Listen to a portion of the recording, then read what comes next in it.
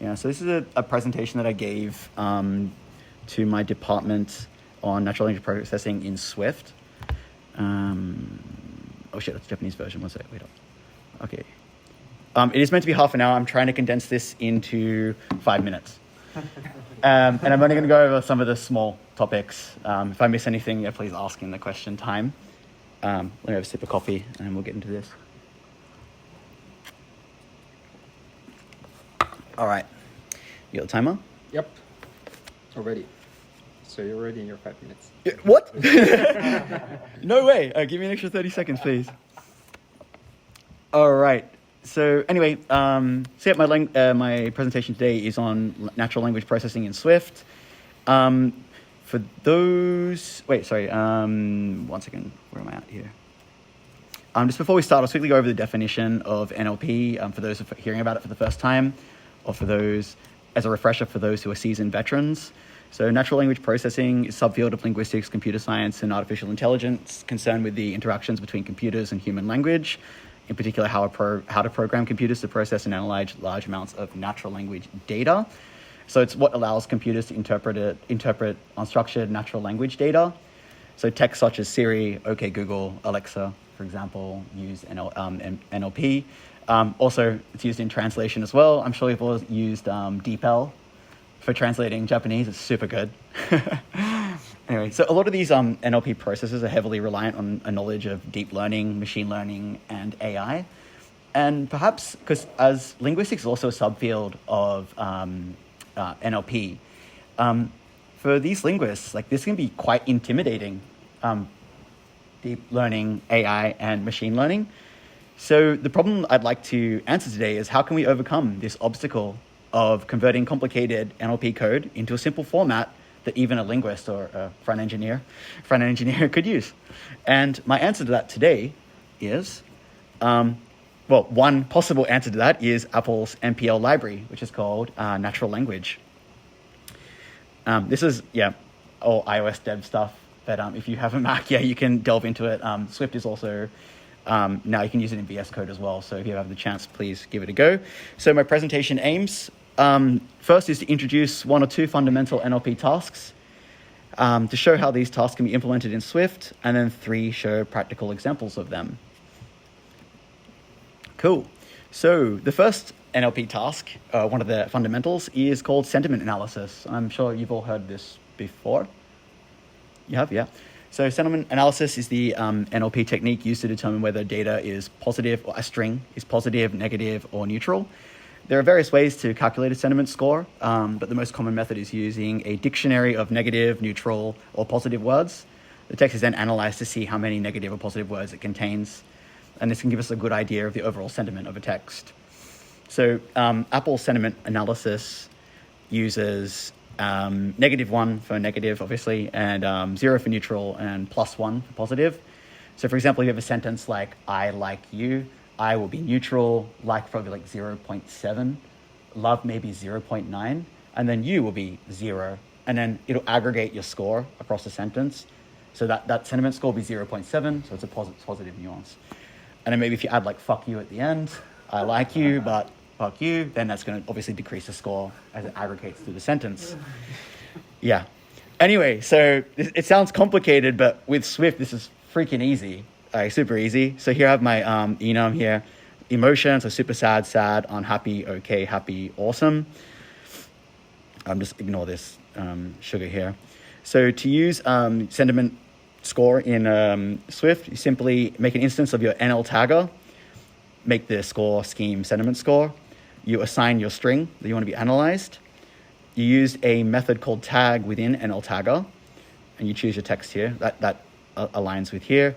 I want to analyze a paragraph in this case. You can also analyze Word, or I think you can. I don't know whether you can do. I have to check it out, but I'm pretty sure it's Word and paragraph at this moment. And the scheme is sentiment score. And then the sentiment score comes out as a double. It needs to be unwrapped because it may come back nil. You don't know, because like if the word's like half a word, it's going to come back nil.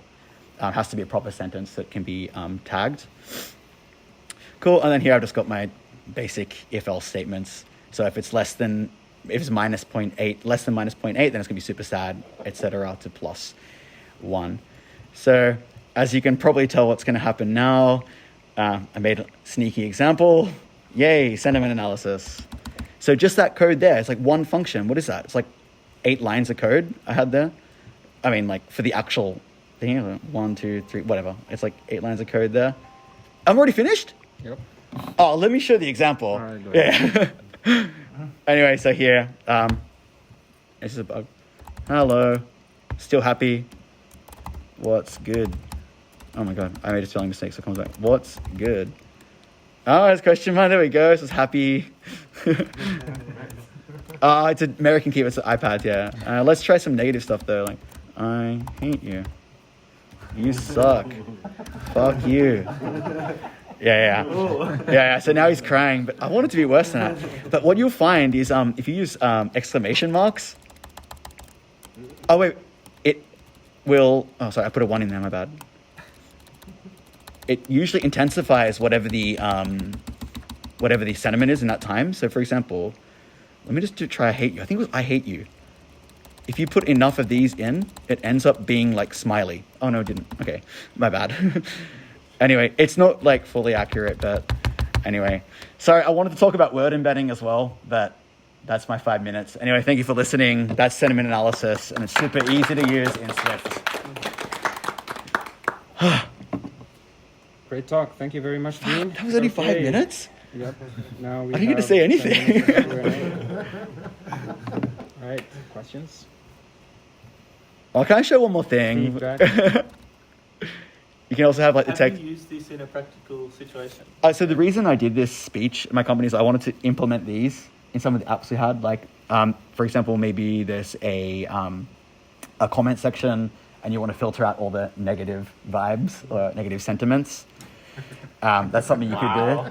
Like, I don't know. I'm just thinking like these are just censorship, right? Then I was also thinking like maybe you're building like a children's news application. That's seriously so fucking specific, but like children's news application. Okay, I don't want my child to see anything negative like die, murder, because they're going to come up like on the minus. They'll be like a minus number, right? So you can set your sentiment score to 0 or plus, and have all the news that comes to your child as fucking as positive news. But it's not good for the development, obviously. But like these are the things you could implement in there. So to answer your question is, I want to, but Japanese is not supported yet. And the company I work for they only work in Japanese at the moment. So you'd have to do the dodgy translation first and then do the sentiment. Yeah, so exactly. So you have to do it. You have to do a shitty translation. You have to like use DeepL's API, make sure it's like a semi-decent translation, and then put it into the sentiment analysis. But by that point, you just end up using Python instead. Like you're already outside of the. Also, it exists in Python. So you can do all of this. You can use like TensorFlow or Keras and other libraries like that in Python to do this kind of analysis. Sentiment in Japanese.